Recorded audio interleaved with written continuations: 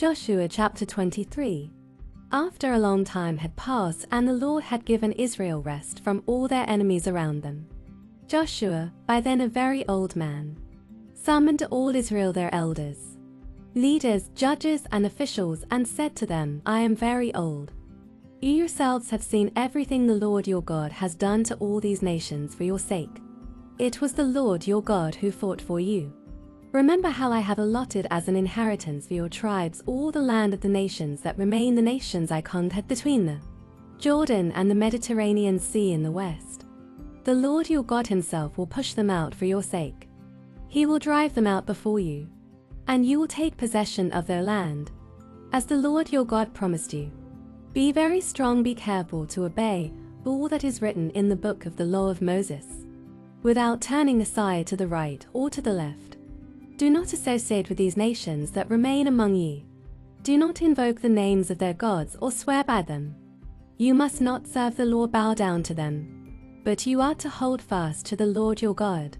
As you have until now, the Lord has driven out before you great and powerful nations. To this day no one has been able to withstand you. One of you routs 1,000, because the Lord your God fights for you, just as he promised. So be very careful to love the Lord your God. But if you turn away and ally yourselves with the survivors of these nations that remain among you, and if you intermarry with them and associate with them, then you may be sure that the Lord your God will no longer drive out these nations before you. Instead, they will become snares and traps for you, whips on your backs and thorns in your eyes, until you perish from this good land, which the Lord your God has given you. Now I am about to go the way of all the earth. You know with all your heart and soul that not one of all the good promises the Lord your God gave you has failed. Every promise has been fulfilled. Not one has failed.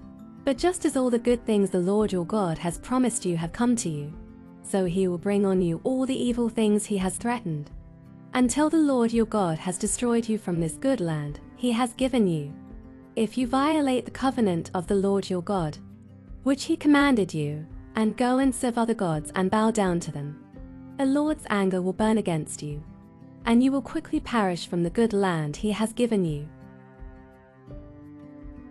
Joshua chapter 24. Then Joshua assembled all the tribes of Israel at Shechem. He summoned the elders, leaders, judges, and officials of Israel, and they presented themselves before God. Joshua said to all the people, This is what the Lord, the God of Israel, says. Long ago your ancestors, including Terah the father of Abraham and Nahor, lived beyond the Euphrates River and worshipped other gods. But I took your father Abraham from the land beyond the Euphrates and led him throughout Canaan and gave him many descendants. I gave him Isaac, and to Isaac I gave Jacob and Esau. I assigned the hill country of Seir to Esau, but Jacob and his family went down to Egypt. Then I sent Moses and Aaron, and I afflicted the Egyptians by what I did there. And I brought you out, when I brought your people out of Egypt. You came to the sea, and the Egyptians pursued them with chariots and horsemen as far as the Red Sea. But they cried to the Lord for help, and he put darkness between you and the Egyptians.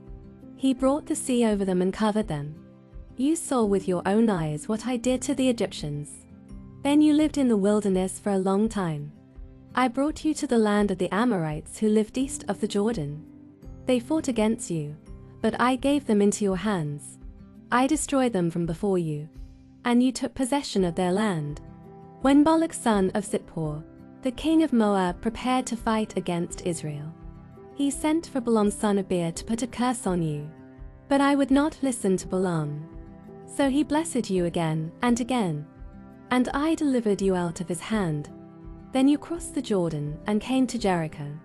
The citizens of Jericho fought against you, as did also the Amorites, Perizzites, Canaanites, Hittites, Girgashites, Hivites, and Jebusites, but I gave them into your hands. I sent the hornet ahead of you, which drove them out before you, also the 2 Amorite kings. You did not do it with your own sword and bow. So I gave you a land on which you did not toil, and cities you did not build, and you live in them and eat from vineyards and olive groves that you did not plant.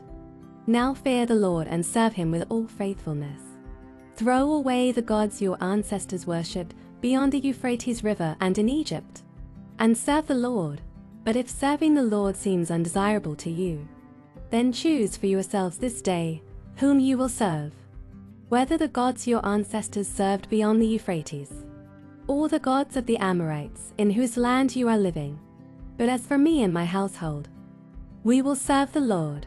Then the people answered, "Far be it from us to forsake the Lord to serve other gods. It was the Lord our God himself who brought us and our parents up out of Egypt, from that land of slavery, and performed those great signs before our eyes. He protected us on our entire journey and among all the nations through which we traveled. And the Lord drove out before us all the nations, including the Amorites who lived in the land. We too will serve the Lord, because he is our God."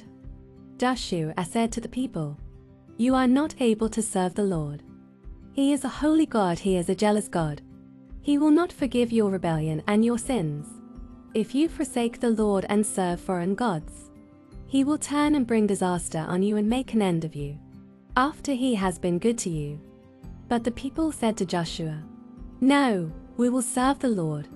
Then Joshua said, "You are witnesses against yourselves that you have chosen to serve the Lord." "Yes, we are witnesses," they replied. "Now then," said Joshua, "throw away the foreign gods that are among you and yield your hearts to the Lord, the God of Israel." And the people said to Joshua, "We will serve the Lord our God and obey him." On that day Joshua made a covenant for the people, and there at Shechem he reaffirmed for them decrees and laws. And Joshua recorded these things in the book of the law of God. Then he took a large stone and set it up there under the oak near the holy place of the Lord. "See," he said to all the people, "this stone will be a witness against us. It has heard all the words the Lord has said to us. It will be a witness against you if you aren't true to your God." Then Joshua dismissed the people, each to their own inheritance. After these things, Joshua son of Nun, the servant of the Lord, died at the age of 110, and they buried him in the land of his inheritance, at Timnath-Serah in the hill country of Ephraim, north of Mount Gaash. Israel served the Lord throughout the lifetime of Joshua and of the elders who outlived him and who had experienced everything the Lord had done for Israel. And Joseph's bones, which the Israelites had brought up from Egypt, were buried at Shechem in the tract of land in that Jacob bought for 100 pieces of silver from the sons of Hamor, the father of Shechem. This became the inheritance of Joseph's descendants. And Eleazar son of Aaron died and was buried at Gibeah, which had been allotted to his son Phinehas in the hill country of Ephraim. Luke chapter 6, verse 37 to 49. "But to you who are listening I say, love your enemies. Do good to those who hate you. Bless those who curse you. Pray for those who mistreat you. If someone slaps you on one cheek, turn to them the other also. If someone takes your coat, do not withhold your shirt from them. Give to everyone who asks you. And if anyone takes what belongs to you, do not demand it back. Do to others as you would have them do to you. If you love those who love you, what credit is that to you? Even sinners love those who love them. And if you do good to those who are good to you, what credit is that to you? Even sinners do that. And if you lend to those from whom you expect repayment, what credit is that to you? Even sinners lend to sinners, expecting to be repaid in full. But love your enemies, do good to them, and lend to them without expecting to get anything back. Then your reward will be great, and you will be children of the Most High, because he is kind to the ungrateful and wicked. Be merciful, just as your Father is merciful.